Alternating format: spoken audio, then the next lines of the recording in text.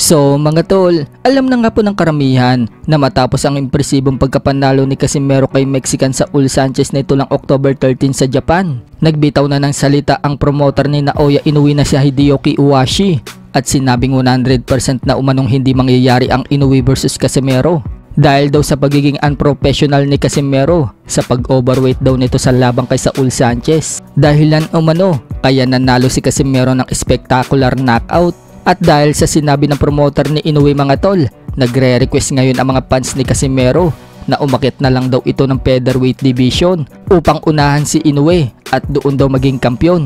Kapag may hawak daw na titulo si Casimero, hindi daw makakatanggi na itong si Inoue na labanan siya. So nagsalita na nga po si Casimero tungkol dyan sa channel ng Pinoy sa Kalam YouTubers. Paliwanag ni Casimero mga tol, hindi umano siya aakyat ng 126 pounds or featherweight division. Mananatili umano siya sa 122 pounds. Hindi lang naman daw kay Naoya Inoue umiikot ang buhay niya. Bakit pa daw niya hahabulin yung taong ayaw siyang labanan at takot na takot kapag nakikita siya? Kung nakatadhana umano na maglaban sila ni Inoue mga tol, mangyayari naman daw yan.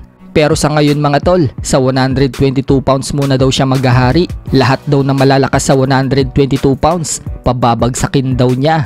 Diyan muna tayo sa 122. Tignan natin yan. Pabagsakin natin lahat mga tao dyan sa 122. Kahit walang Inoue, di ba? Kalimutan muna natin yan. Oo, hindi naman tayo dyan umiikot yung buhay natin kay Inoue. Bakit pa natin hahabulin yung taong ayaw talaga lumaban sa atin? Yung takot talaga, yung para makikita lang tayo. Puta, wag! No! Swiper, no! Natanong naman si Casimero mga tol kung aalis na daw ba siya sa Treasure Boxing Promotion o mananatili pa sa promotion na yan o kaya naman lilipat ng ibang promotion.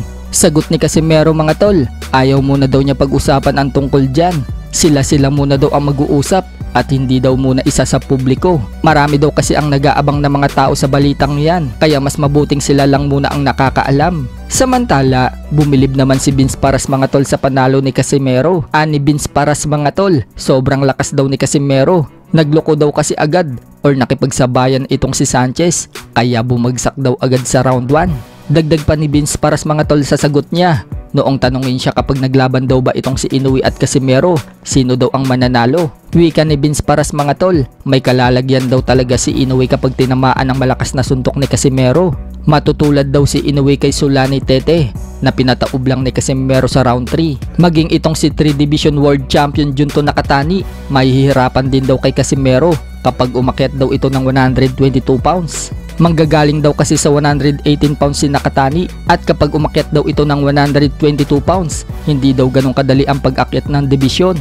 Kaya yari daw talaga itong si Nakatani mga tol kay Casimero kapag umakyat ito ng 122 pounds. Natanong din si Vince Paras mga tol kung sino daw dapat ang labanan ni Casimero ngayon sa 122 pounds. Sagot ni Vince Paras, maganda daw kalabanin ni Casimero itong si Murodjon Akhmadaliev. Sa kabilang banda naman mga tol, pinagtawanan po ni Devin Haney ang naging laban ni former world champion Regis Prograis noong nakaraang linggo dito kay Jack Catterall.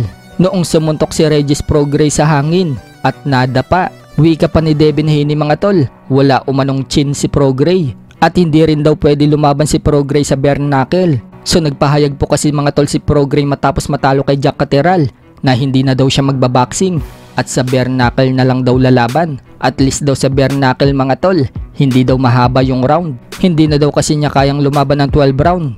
Sumasakit na daw yung kasukasuhan niya. So kung pinagtawanan ni Devin Haney si Regis Prograis, pinagtawanan naman ng mga boxing fans itong si Devin Haney. Siya nga din daw, walang chin at ilang beses bumagsak kay Ryan Garcia. Ang lakas daw ng loob na mang asar ni Devin Haney, sarili din daw niya, katawa-tawa din daw.